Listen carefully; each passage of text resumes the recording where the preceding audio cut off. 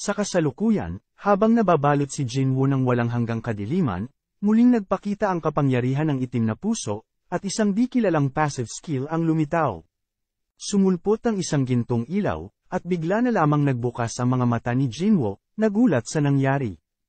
Kumatok siya sa kanyang dibdib at mabigat na huminga. Panaginip lang ba lahat ng nangyari? Natagpuan niya ang kanyang sarili sa isang ospital, malinaw na sinaksak sa puso, pero buhay pa siya. Sa sandaling yon, pumasok si Woo Jin-chul sa silid ng ospital kasama ang kawani ng Monitoring Division. Nagmamadaling nagtanong si Jinwoo tungkol sa labanan, na ikinalito ni Woo Jin-chul. Matapos mabawi ang kanyang katahimikan, sinabi ni Woo Jin-chul kay Jinwoo ang tatlong bagay. Una, hindi siya ang association chairman, ngunit ang chief ng Monitoring Division. Pangalawa, kailangan ni Jinwoo ipaliwanag ang mga gumagalaw na estatwa ng bato sa double-layered na dungeon. Pangatlo, nagtataka siya kung paano nalaman ni Jinwoo ang kanya pangalan, dahil parang hindi nila kilala ang isa't isa. No wonder parang pamilyar ang eksenang nasa harapan niya. Bumalik si Jinwoo sa panahong nakaligtas siya sa double-layered dungeon. Habang si Chief Woo ay magpapatuloy sa pagtatanong, si Jinwoo ay humihingi ng ilang oras na mag-isa upang kunin ang kanya mga kaisipan. Nang suriin ni Jinwoo ang system, nalaman niyang nandoon pa rin ang kanyang level at mga item. Dumating din ang kanyang kapatid na babae upang bisitahin siya sa ospital, kahit na hindi siya sigurado kung pumasok siya sa tamang silid dahil sa itsura ni Jinwoo. Paglabas nila ng silid ng ospital, lumingon si Jinwoo kay Han Song-yi at sinasabi sa kanya na huwag maging hunter dahil lang sa ayaw niyang pumasok sa paaralan. Pagkatapos, mahinahong sinusuri ni Jinwoo ang sitwasyon. Tanging ang Shadow Army ang nawawala, habang lahat ng iba pa mayroon pa din. Paano siya bumalik sa nakaraan? Nagiba ang eksena, at dumiretso si Jinwoo sa Hunter Association, sumubok bilang isang S-rank hunter, at pagkatapos ay nagmamadali sa high-level meeting area. Sa daan, nakasalubong niya si Kang Tae-sik, at direktang binalaan siya ni Jinwoo na magtago ang kanyang invisibility skill ay maaaring hindi magandang ideya. Kung kailan bubunot na si Kang Tae-sik ng kanyang dagger, inalis na ito ni Jinwoo. Binalaan siya ni Jinwoo na huwag saktan ang mga hunter, at isa lang ang babala niya. Pinagmamasdan ang pag-alis ni Jinwoo, malalim na iniisip ni Kang Tae-sik ang pangyayari. Nang dumating si Jinwoo sa opisina ng chairman, pilit niyang pinipigilan ang kanyang mga damdamin ng muling pagsasama pagkatapos ng mahabang panahon. Pagkatapos ay sinabi ni Jinwoo ang kanyang intensyon na pumunta sa Jeju Island at alisin ang pugad ng langgam. Nang marinig ang kahilingan ni Jinwoo, halatang gulat na gulat ang chairman ng asosasyon at tatanggi na sana siya nang natakot siya sa napakalaki ng kapangyarihan ng binata. Ang kakilakilabot na mahiwagang enerhiya na inilalabas ni Jinwoo ay higit pa sa National Authority at iba pang hunter. Patuloy na sinenyasan ng system si Jinwoo. Kung gusto niyang i-restart bawat pangyayari habang isa-isa niyang nililinis ang mga ito. Mabilis na hinarap ni Jinwoo ang insidente ng mutation ng gate, iniligtas ang 4 na miyembrong pangkat ng Hunter Association, at kalaunan ay matagumpay na napagaling ang kanyang ina. Susunod, bumalik siya sa isla ng Jeju at nilinis ang pugad ng langgam. Ang iba't ibang mga commander ng Shadow Army ay unti-unting naaalala. Habang nakaluhod si Beru sa harap ni Jinwoo, bumuntong hininga siya bilang pagbibitiw, na pagtatanto na ang lahat ay ilusyon lamang. Hanggang kailan mo balak magtago sa likod ng eksena? Bakit hindi mo ipakita ang sarili mo ngayong nakita ko na ang panloloko mo? Habang tumahimik ang paligid, bumalik si Jinwoo sa madilim na mundo, kung saan may mensahe. Nagtatanong kung gusto niyang i-restart ang mundo. May dahan-daang lumalabas mula sa kawalan ng kadiliman. Ikaw ba ang tunay na Monarch of Shadow? Ano ba talaga ang nangyayari dito? Sa katotohanan, ang namatay na si Jinwoo ay nakatagpo ng Monarch of Shadow sa isang madilim na ilusyon. Sinabi sa kanya ng Monarch na hanggat handa si Jinwoo, maaari siyang mabuhay magpakailanman sa mundong ito, kung saan hindi masisira ang magandang panaginip. Seryosong tinanong ni Jinwoo kung balak ng Monarch ikulong siya sa loob ng ilusyong ito, ngunit sa totoo lang, ang lahat ay produkto ng sariling kagustuhan ni Jinwoo. Ang kanyang mga nakaraang pagkakamali ay nahuhulog sa pamamagitan ng matinding pananabik upang maitama ang mga ito. Ang lugar na ito nag-aalok ng walang hanggang kapahingahan at magiging wakas ni Jinwoo. Ang pabago-bagong anyo ng Monarch of Shadows sumasalamin sa pagtutol ni Jinwoo sa kanyang nakaraan. Si Jinwoo ay mas malapit sa kamatayan kaysa sinuman, at ang kanyang malakas na kamalayan sa sarili ay ang kanyang natatanging katangian. Sa mundong ito, kaya niyang gawin ang anuman gusto niya. Ang napakalaking at nakakatakot na kapangyarihan ay nagpapahintulot sa kanya na makamit ang anumang naisin niya. Bagaman maaari lamang itong gamitin sa loob ng kanyang sariling domain, maaari itong lumikha ng pagkawasak at kahit na baguhin ang mundo. Ito ang kapangyarihan ng Omnipotence. Ang Monarch of Shadow ay naghihintay para sa sandaling ito para sa isang matagal na panahon.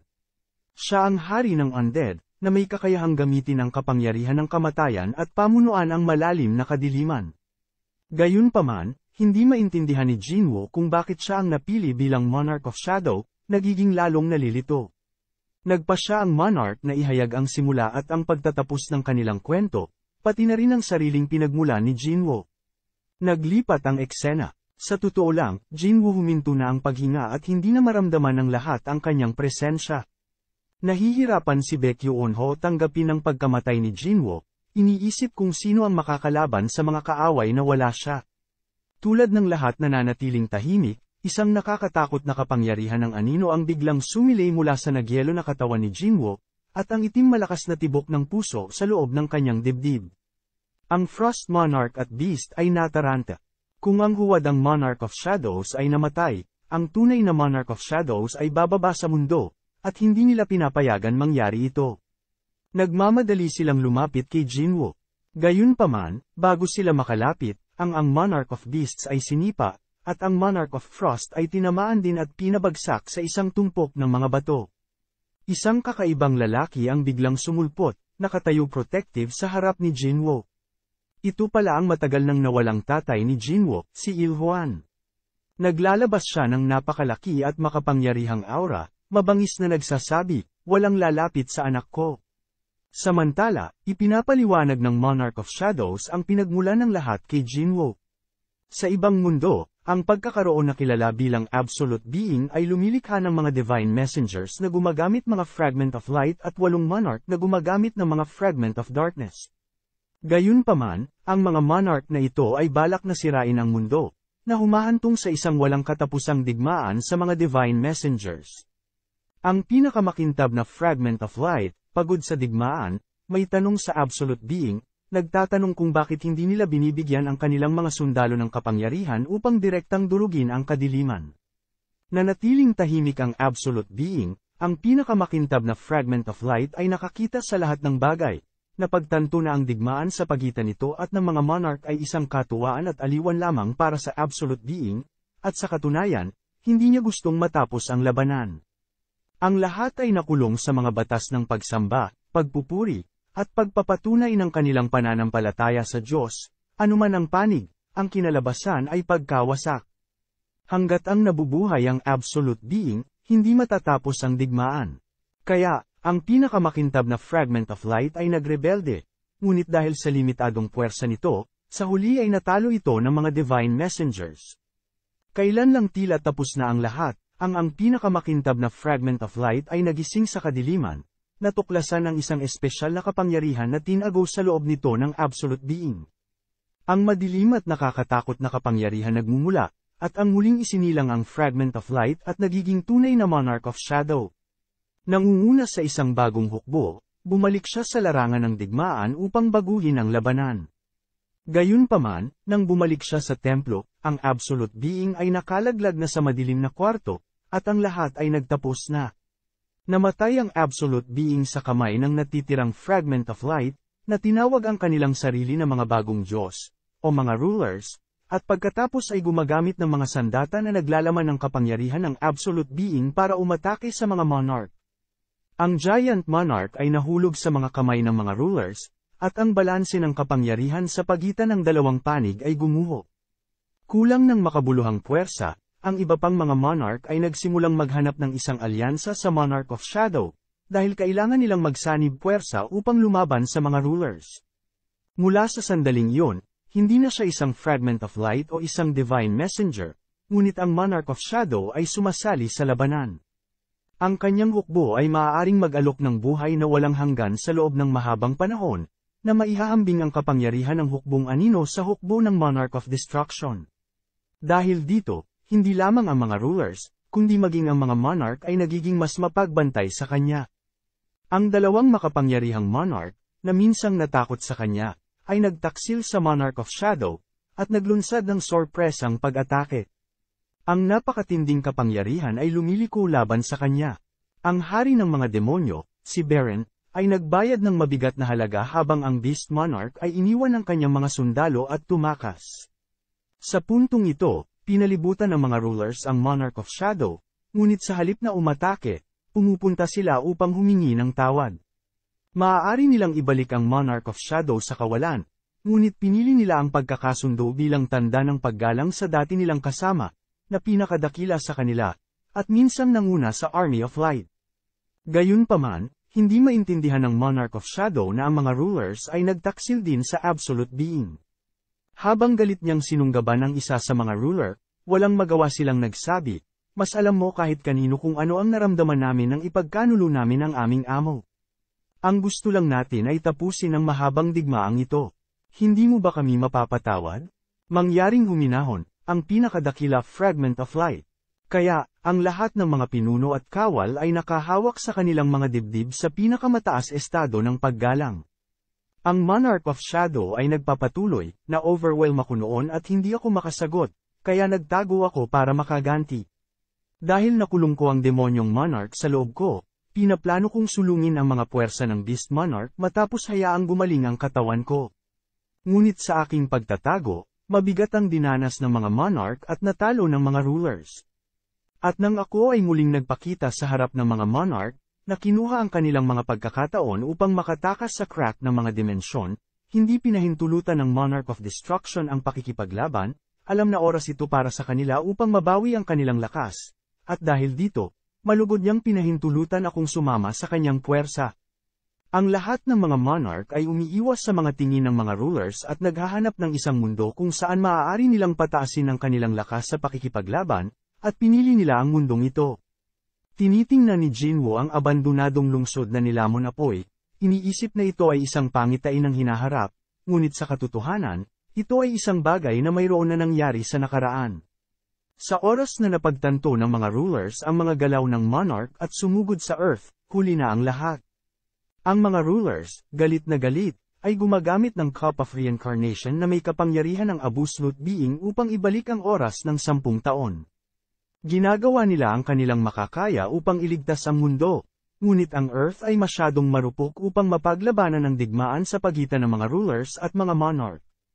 Kaya, patuloy silang naghahatid ng kapangyarihan sa mga gate upang magising ang kapangyarihan ng mga hunters. Tinitiyak kahit isang maliit na bahagi ng sangkatauhan maaaring mabuhay pagkatapos ng digmaan upang mapanatili ang sigla ng mundo. Hindi maisip ni Jinwoo kung gaano ang sangkatauhan magre-react kapag nalaman nila ang katotohanan, at laking gulat niya na nawasak ang kanyang mundo napakaraming beses at pagkatapos ay naibalik sa ilalim ng impluwensya ng Cup of Reincarnation. Gayunpaman, ang paggamit ng sagradong kasangkapan ay limitado, at kapag ang kapangyarihan nito ay ganap na nawala, ang pagkawasak ng mundo ay hindi na maibabalik.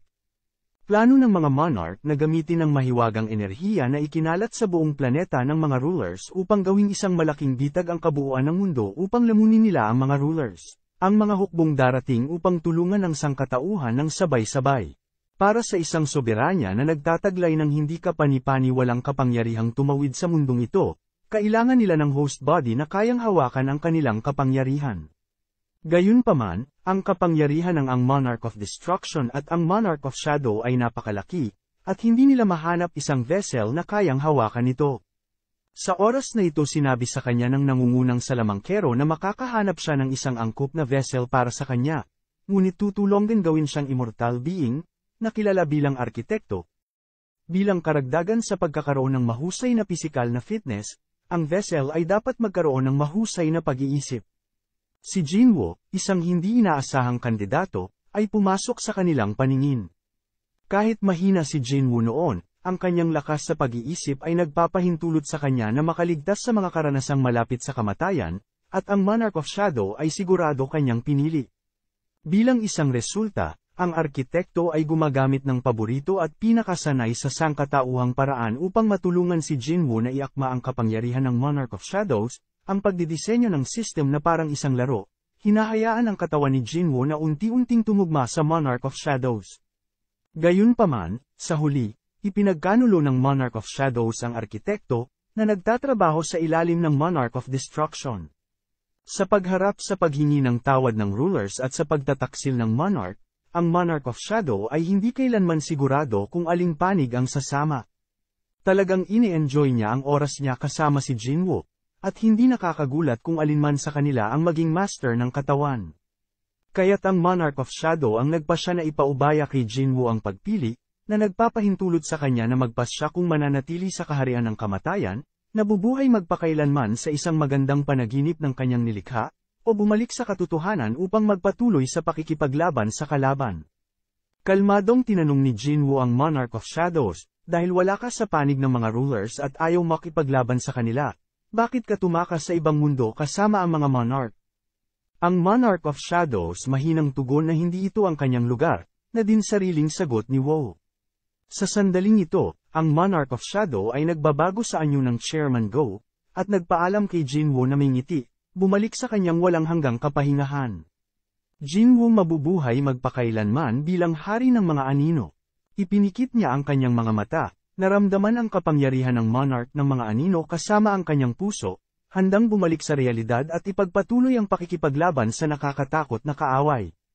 Ang Monarch of Shadow ay bumalik sa kawalan, ibinigay ang lahat ng kanyang kapangyarihan kay Jinwoo ang sistema, na nagde-self-delete, nag-aalis ng mga paghihigpit sa kapangyarihan, at nagpo-promote ng lahat ng commander. Ang kakayahan ng mga sundalo ng anino ay tumataas. Sa huling pagsabog ng liwanag, isang malakas at nakakatakot na surge ng mahiwagang kapangyarihan ang sumabog sa totoong mundo. Ang Frost Monarch at ang Beast na Monarch ay halos hindi makayanan ang pag-atake ng bagyo, sa paniniwalang ang tunay na Shadow Monarch ay malapit ng mabuhay.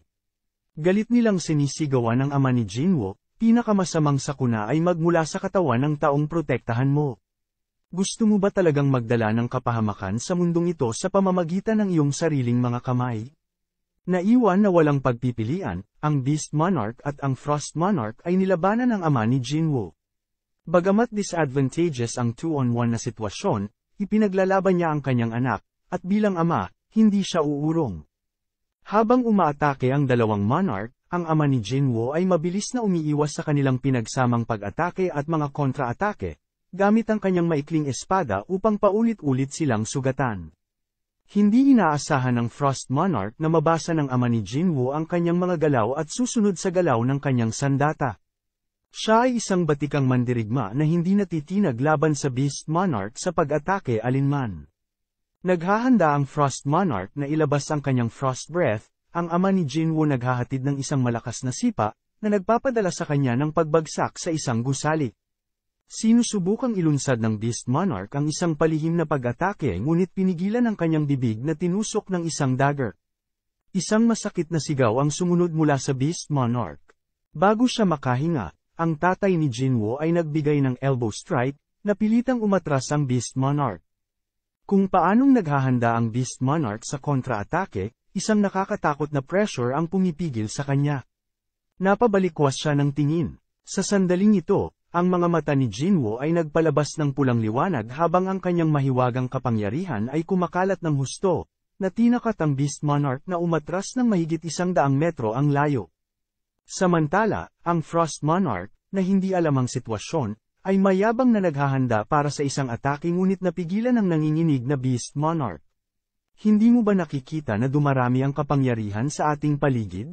Darating na ang Monarch of Shadow. Nataranta, ang Beast Monarch nagtawag ng portal, handang tumakas. Ang dalawang monarch ay nagkagulo habang kaharap ang nakatatakot na Shadow Monarch, na ginagawang walang halaga ang kanilang alyansa, kaysa sa kanilang sariling kaligtasan. Pinagtawanan ng Frost Monarch ang tinaguriang hari ng mga beast dahil sa pagnanais na tumakas gamit ang kanyang buntot sa pagitan ng kanyang mga binti. Nag-aalok ang Beast Monarch ng isang huling pirasong payo. Kung hindi mo pa nakikita ang tunay na kapangyarihan ng Monarch of Shadow, hindi mo ako maintindihan. Good luck! At kaya, isa sa 3 monarch ang napatay.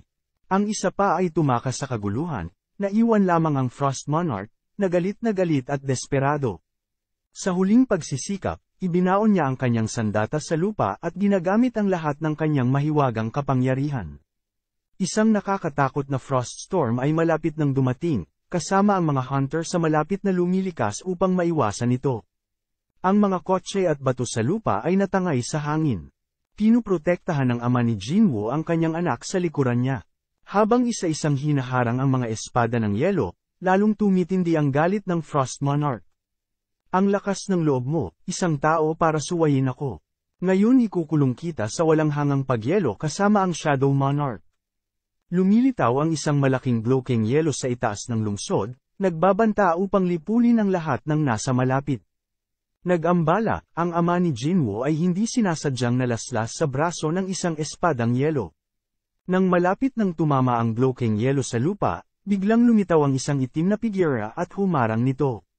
Ito pala si Beru, ang huling pakikibaka ng Frost Monarch ay napakahina, si Igris din ay lumitaw, pinuprotektahan ng ama ni Jinwoo. Ang mahinang Frost Monarch ay nakatayo sa pagkabigla, na pagtatanto na nabawi na ng mga Shadow Soldiers ang kanilang commander-level power, ibig sabihin, ang Monarch of Shadows ay lumabas na. Sa sandaling ito, kapwa lumuhod sina Beru at Igris bilang paggalang habang pinalibutan si Jinwoo ng nakakatakot na mahiwagang kapangyarihan, dahan-daang lumalakad pasulong. Sa ilalim ng natatakot na tingin ng Frost Monarch, si Jinwoo pinakawalan ng kapangyarihan ng Monarch of Shadows domain. Nagpapakita ang kakilakilabot na mahiwagang kapangyarihan na sumasaklaw sa buong lungsod.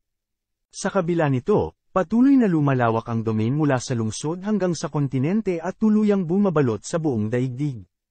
Nahaharap sa napakalaking pagkakaiba ng kapangyarihan, ang Frost Monarch ay maaari lamang tumayo sa lugar, naghihintay ng kaparusahan. Ngunit siya ay hindi nagpapakumbaba, sinusubukang tumakas habang ang atensyon ni Jinwoo ay abala, naghahanap sa tumakas na Beast Monarch.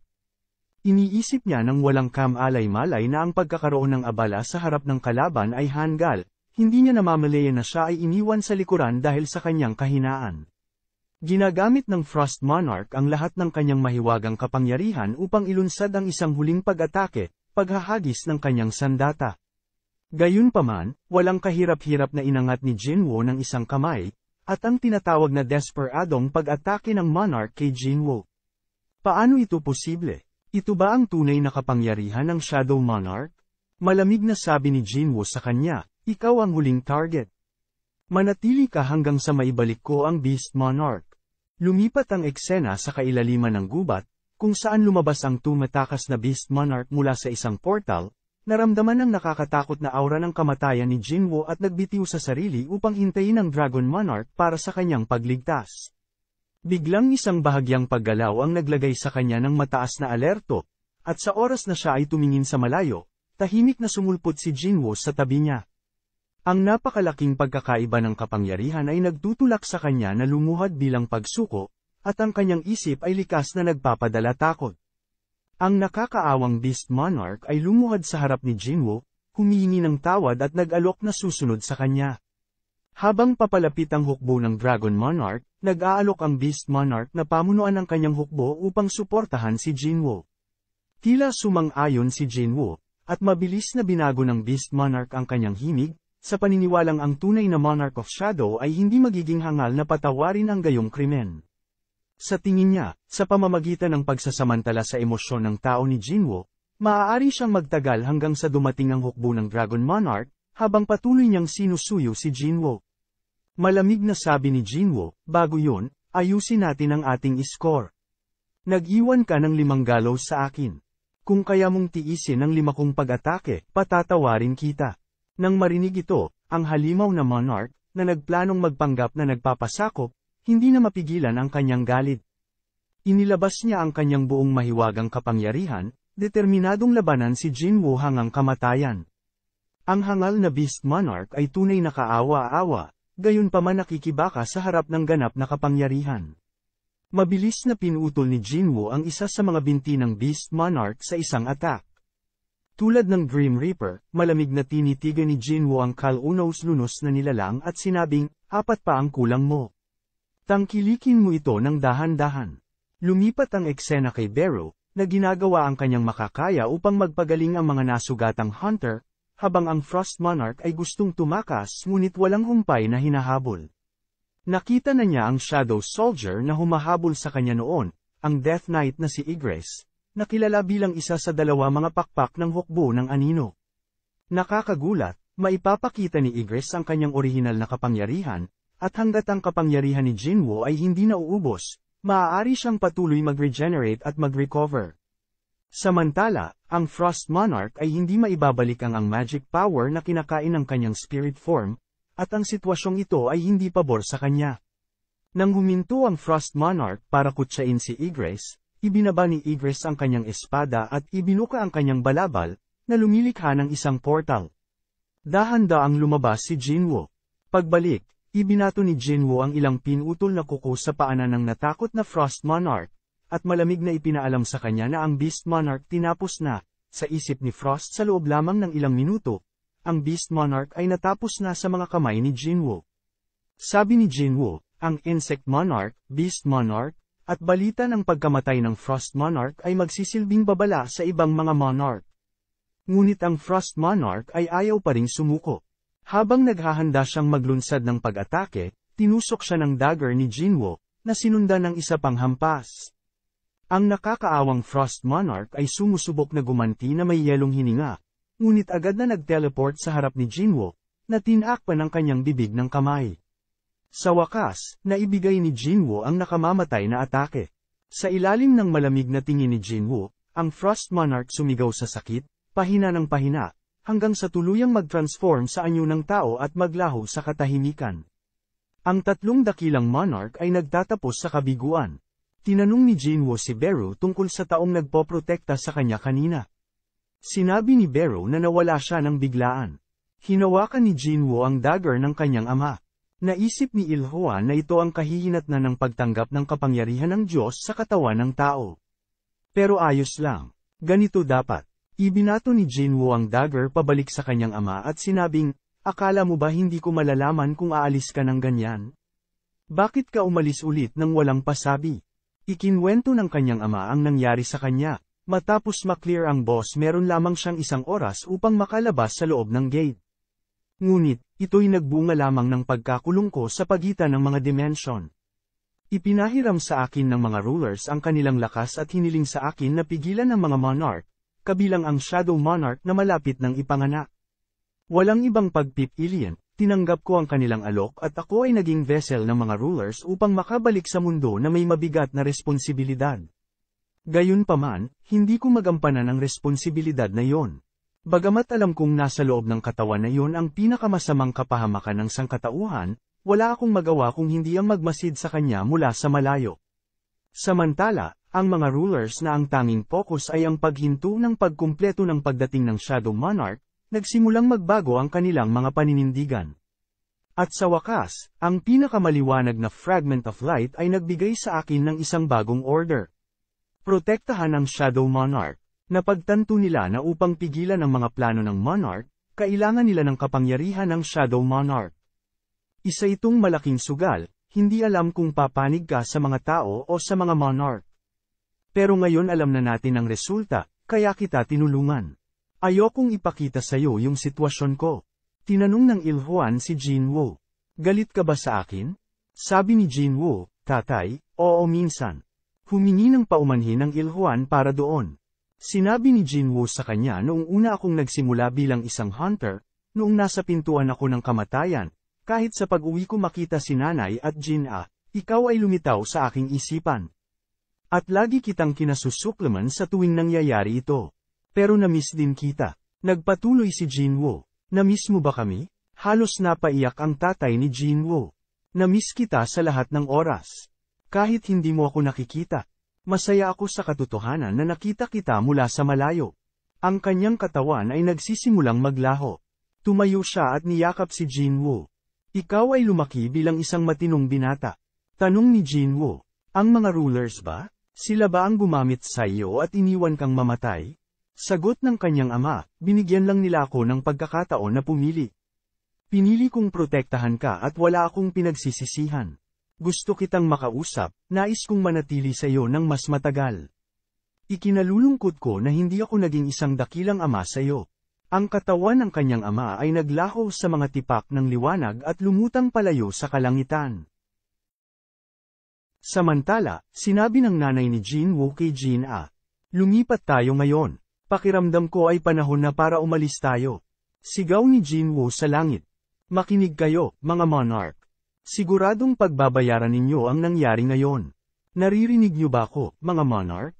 Ang araw kung kailan niyanig ng sigaw ng Shadow Monarch ang mundo ay minarkahan ang pasimula ng digmaan. Wala na sa panganib ang buhay ni Thomas Andre. Makikita natin ang mga ambulansya sa lugar na nagdadala ng mga nasugatan sa mga lokal na ospital. Ang halimaw na pumatay sa mga mamamayan ay tumigil na sa paggalaw, iniwan lamang ang mga bakas habang nagiging abo sila. Itinanong ni Jong-in si Yunho, "Hindi ka mukhang mabuti kanina, nakapagpalamig ka na ba?" Sumagot si Yunho, "Dapat mong pan-asa ng malamig na pawis sa noo mo bago ka magsalita." Tumugon si Jong-in, "Ako ay may tabletang pampakalma kung kailangan mo."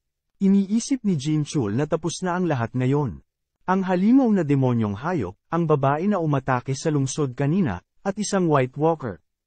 At naalala niya ang mga salita ni Jinwoo, "Ako mismo ang papatay sa kanya. Ako mismo ang papatay sa demonyong hayop na pumatay sa chairman. Maaari mo akong pasalamatan pagkatapos ko itong gawin."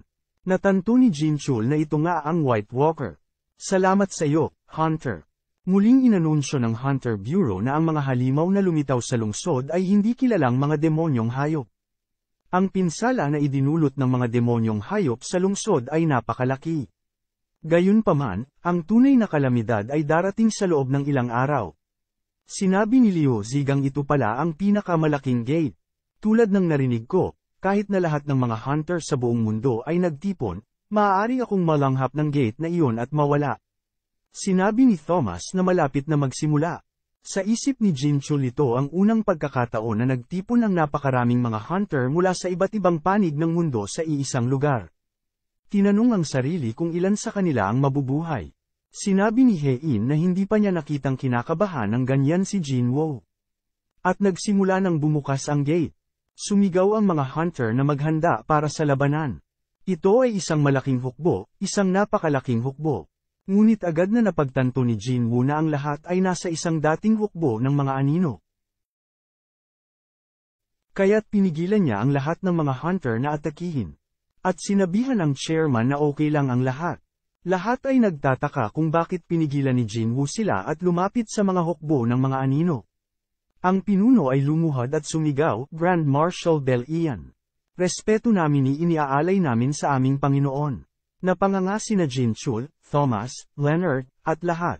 Kahit isa sa kanila ay maaaring maging banta sa sangkatauhan ngunit may tatlo silang nagtipon sa isang lugar. Iniisip ni Jinwoo na ito ang tunay na hukbo ng mga anino. Ito marahil ang iniwan sa kanya ng dating Shadow Monarch. Ngayon ang simula ng tunay na digmaan.